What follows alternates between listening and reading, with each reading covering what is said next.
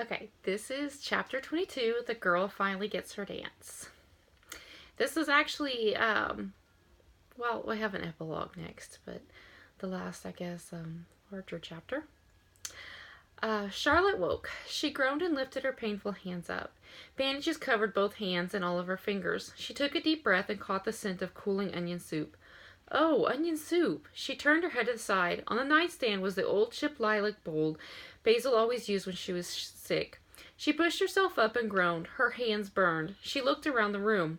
A book sat by her side. Chime was asleep at the foot of her bed, and a starry sky greeted her from the window. She stretched her fingers a little, sighed, and then sat up straighter. She was alive! She flung the blanket off and jumped out of the bed. Ouch! Chime rolled off the bed, and she and the book hit the floor with two thumps. Sorry, Charlotte called out as she ran for the bathroom. Are you okay? Chime called out. I'm alive! Charlotte laughed at her image in the mirror. Chime, I'm alive. She held her bandaged fingers up to her face. And very awake, Chime muttered. I'll tell the others. Charlotte stared at her reflection in the mirror. She was clean, she smelled good, and yet she swore that she could still see swatches of blood and gore on her skin if she stared long enough. She shook the images away. What had happened? Where was everybody? She looked down at herself. She was decent. Somebody had dressed her. Her eyes widened and she blushed. Had Beau dressed her? She looked away from the mirror and hurried out of the room. She wouldn't think about that, but she did want to find out what happened. She found Zarok and Lodestar in the library, a pile of orbs nestled between them. Zarok waved her over. They were settled on the floor near the potion tables and bookshelves. Two stacks of books towered behind them.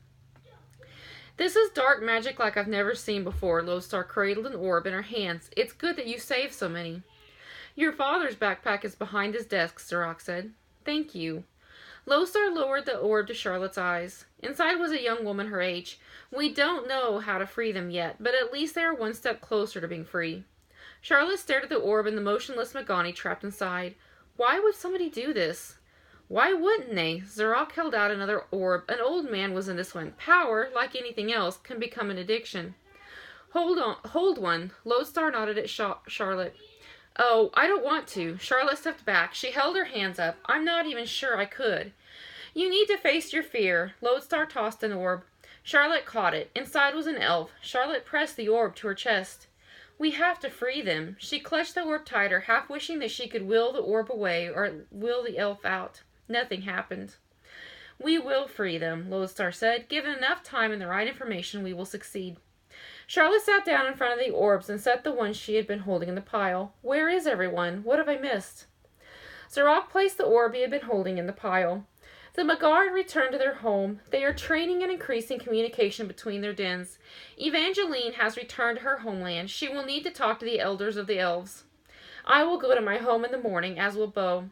Once we have told our stories, then our people will need to make some bolder decisions. There will also be another alliance meeting soon. This one will be larger and planned, Lodestar added. Stonebinder has already planned a date and will be hosting it in his den. She looked down at Charlotte. You should go. It's time for you to experience the Magani world. So I've been told. Charlotte picked at the bandages and muttered, multiple times. And so you'll be told again and again, Lodestar snapped, until the day comes that you do not need to be reminded. Yes, yes, Charlotte sighed. What about the fawns? I couldn't tell how many lived after the battle. Most of the survivors returned with us to the castle, Zarok grumbled. Phoebe is here with them. Their race is thinned considerably, but they will recuperate, Lodestar snorted. Then they will stay here for a while, Charlotte said. We have the space. I'm not sure anybody has a space for fawns, Zarok has said, but the decision is yours. Charlotte picked up another orb. Inside was a dwarf. Why would somebody want with a dwarf? This is why you need to experience the Magani world, Zarok said. You have so much to learn. Charlotte nodded. She ran her hand over the orbs. She saw a glimpse of red in one of them. Where's Ebby? She and I will go tonight to take the orbs to a safe holding place. Lodestar placed her own hand on top of a few of the orbs. Then we will meet with the elves and travel with Evangeline and a few others to the alliance meeting. She opened a bag and began to place the orbs inside. Charlotte held her hands up. Do you know what happened to me out there? Not exactly, Lodestar admitted quietly. You shouldn't have been able to get through, but then we don't know what you can do we? Charlotte sighed. I don't know how to find out what I can do, what I am. Mysteries are worth the wait. Sure they are. Charlotte grabbed at a loose end of her bandage and pulled. Is the spell still out there, holding in the water? No, you destroyed it. Zarok rubbed his hands together. The Weaver Council is investigating it right now. Charlotte froze. The Weaver Council? What would they think? What would they do? She looked between Zarok and Lodestar. Could she trust either of them to ask? She yanked the rest of the bandages off her hands and flexed her red, aching fingers. She took a deep breath and tried to steady her heart. What bothers you, Lottie? Zarok asked. She looked deep into his eyes and remembered his demanding yet steady presence through her life. The Weaver Council, what do you think they'll make of me? I'm a Magani now, right? Will I keep my memories? Lodestar placed her hand on Charlotte's face. Her skin was rough. It doesn't matter what they make of you. It never has. She pulled her hand away. You're a Magani now. You will keep your memories. Zarok chuckled. I'd like to see them try to take your memories from you. Charlotte watched quietly as Lodestar packed the rest of the orbs. She traced her hands and fingers, even though it was painful. She thought of the suitcase and bag under the bed. She could unpack them now. She thought of her father's bag. Maybe she could pack that bag instead. She wanted to go to this alliance meeting. She wanted to see Alcott's home.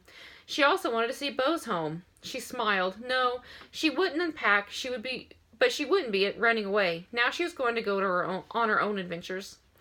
Zarok stood. I must leave now. Charlotte, I'm resigning my post. The Hobbs will take care of all the security from now on, with consults from Barnabas and Alcott. I will miss you, Charlotte stood. She reached for him and then remembered his pride and her burning touch. Humph. Zarok shook his tail and smirked. I will too, Charlotte asserted. She smiled up at him. You always found me when I ran away, and you taught me how to clean the stables, and you took me stargazing in the middle of the night. You were something else, Zarok laughed. He tilted his head. Come see me someday, little Lottie. Come home and ride like the wind with my people. I will, Charlotte said. Zarok nodded at each of them. Good night, ladies. Will you see me off? Lodestar asked of Charlotte once he had left the library. It is vital that I also travel tonight. Of course. Charlotte followed out onto the front lawn, where Ebby flew in circles above them, lighting the sky with small bursts of flame. She seems happy, Charlotte said. She is free, Lodestar said. Freedom is important. Charlotte thought of how she had felt at the end of the summer, how she had felt trapped by the rules of the magical world, how she was devastated by having to choose to love now by force of time or lose her family and her memories. Freedom is vital, she agreed. Ebby landed on Charlotte's back and rubbed against her neck. She purred her metallic purr and snaked her neck and tail around Charlotte's shoulders. The Unitar and I talk now, too. Well, I'm glad you're making friends. Try speaking with her the way I speak with you. Ebby jumped back into the air. She beat her wings furiously as she flew straight up and then dove down into a spiral. Charlotte turned to Lodestar. Can we speak this way? It seems we can. Why? Why can't I speak with you? Why can't I speak with Ebby? Why don't I burn you two? I have an idea, but I don't like to share until I'm certain. I will continue to look for the missing information. Someday we will have the missing piece. Someday we will understand. Charlotte nodded. She hated some days. We will see you soon, Lottie. Ebby landed on Charlotte's shoulder again. Everyone is leaving. Charlotte frowned at the castle. Life is going to be very different for you now. Remember the memories, but don't hold on to them. Enjoy the part of the ride you're on in the present. Lodestar snorted. Get her a card. I feel like there's something I should tell you, but I can't quite remember. Ebby nuzzled Charlotte's neck. Maybe when I'm older. Charlotte scratched Ebby's back. There's so much I want to talk to you about. I have so many questions I want to ask you about my parents. Someday we will talk. For now, let me grow. Ebby nibbled Charlotte's other ear. Ebby! Charlotte reached up to stop the bleeding. Someday soon I won't be able to do that without actually biting your head off. Charlotte rolled her eyes and stroked Ebby's back. Dragons. Enough, you two. Lodestar stomped her front feet. It's time to depart.